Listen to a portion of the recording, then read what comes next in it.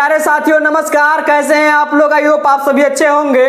तो स्वागत है आप सभी का रेडियंट फ्यूचर क्लासेज में। दोस्तों हम लोग वर्ब टू है पिछले वीडियो में पढ़े थे और उसको हम पार्ट 1 में पढ़े थे और आज हम लोग पार्ट 2 में पढ़ने वाले हैं। पार्ट 1 ये कहता है कि जिस हिंदी वाक्य में होता है, होती है, होते हैं लगा रहता है और उसमें नाउन या प्रोनाउन का संबंध या नाउन या नाउन का प्रोनाउन पे संबंध या अधिकार का जब बोध होता है उसको हम लोग क्या करते हैं, वर्ब टू हैव यानी कि हैव, हैज, हैड की सहायता से ट्रांसलेट करते हैं। और आज के वीडियो में हम लोग उसका वर्ब टू हैव का पार्ट 2 देखेंगे। पार्ट 2 का जो पहचान कहता है, इसका पहचान कहता है कि जिस हिंदी वाक्य में होता है, होती है और होते हैं इत्यादि लगा रहता है उससे किसी के पास कुछ होने का बोध होता है, यानी कि इसमें भी होता है, होती है लगा रहता है, पर इस सेंटेंस में क्या होगा कि उसके पास कुछ होने का जब बोध होता होगा तो हम लोग उसको क्या करते हैं, हैव, हैज की सहायता से क्या करते हैं, ट्रांसलेट करते हैं। जैसे इसका जो रूल हो जाएगा, subject plus have, has plus noun plus other word. जैसे इसको हम अगर सेंटेंस से देखेंगे, एक कुर्सी के 4 पैर होते हैं, यानी कि इस सेंटेंस से पता चलता है कि किसी के पास यानी कुर्सी के पास क्या है, 4 पैर है। A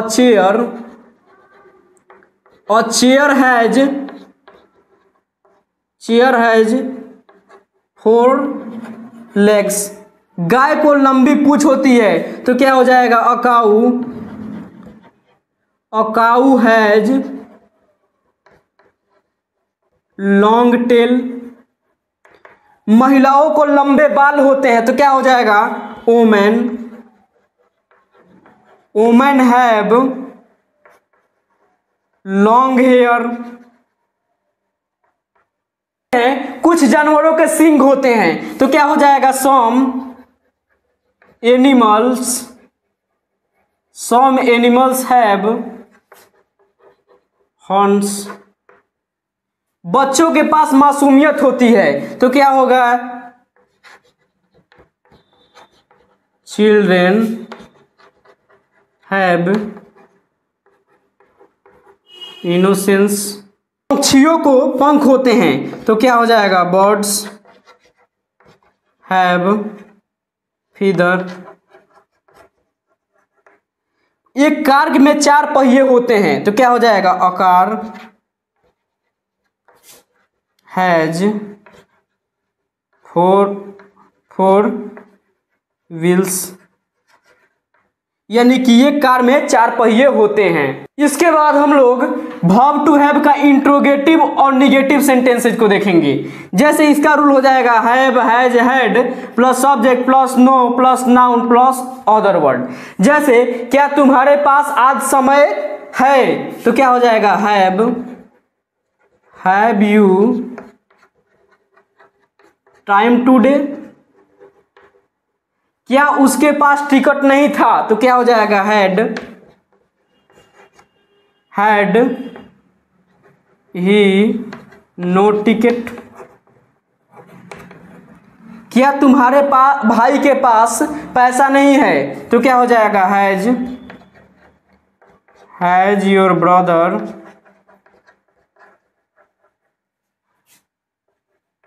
no money. क्या तुमको आराम नहीं है तो क्या हो जाएगा, हैव यू नो रिलीफ। इसके बाद हम लोग इंट्रोगेटिव और निगेटिव में एक एडजेक्टिव जुड़ जाता है और इस एडजेक्टिव का जो रूल हम सबसे पहले जानेंगे, डू, डज और did then subject plus not plus है plus adjective then noun then other word. यानी कि इस सेंटेंस में हमारा नाउन के साथ क्या हो और एडजेक्टिव हो और एडजेक्टिव के साथ हमारा नॉट लगा हो और नॉट लगा हो तो हम लोग क्या करेंगे, do, does, did plus subject plus not have का प्रयोग करेंगे। जैसे क्या तुम्हारे पास नए कपड़े नहीं है, नए हो गया क्या, एडजेक्टिव, यानी कि कपड़े के साथ, यानी कपड़ा क्या है, नाउन, और नाउन के साथ नए, यानी कि ये नए जो है ये हमारा एडजेक्टिव जुड़ा हुआ है। तो इस सेंटेंस को हम लोग क्या करते हैं, इस सेंटेंस को इस रूल से बनाते हैं। जैसे क्या तुम्हारे पास नए कपड़े नहीं है तो क्या हो जाएगा, do you not have new clothes.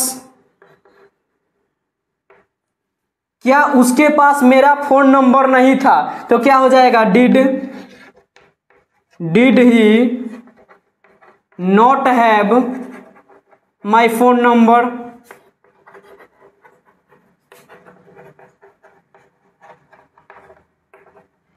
क्या लोगों के पास अच्छे विचार नहीं है? तो क्या हो जाएगा? Do people not have good idea? क्या लोगों के पास अच्छा विचार नहीं है? इसके बाद हम लोग WH क्वेश्चन को देखेंगे और WH क्वेश्चन को हम लोग दो टाइप में देखेंगे।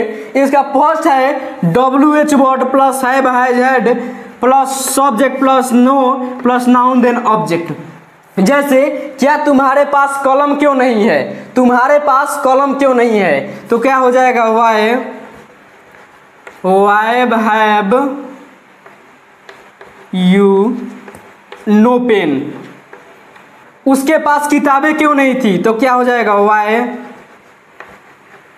Had he no books? उसके पास कब समय है? तो क्या हो जाएगा? When has he time? के बाद हम WH क्वेश्चन का सेकंड रूल को देखेंगे। सेकंड रूल क्या कहता है कि WH वर्ड हो और WH वर्ड में हमारा नाउन हो तो हम लोग क्या करेंगे? डू डज डिड का प्रयोग करेंगे। देन सब्जेक्ट के बाद क्या लगाएंगे? हैव लगाएंगे। देन अदर वर्ड, अगर अदर वर्ड हो तो। जैसे तुमको कितने दोस्त हैं? तो क्या हो जाएगा? How many?